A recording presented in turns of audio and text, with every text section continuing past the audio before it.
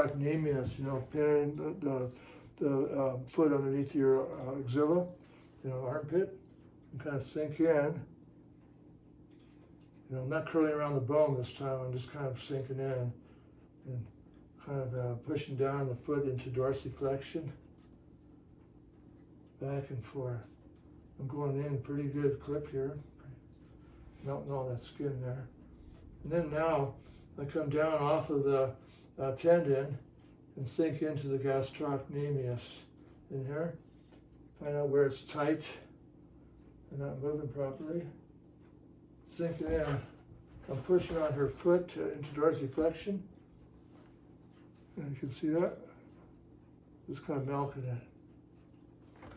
When you find a tight gastroc, you just hold it as you move the foot into dorsiflexion.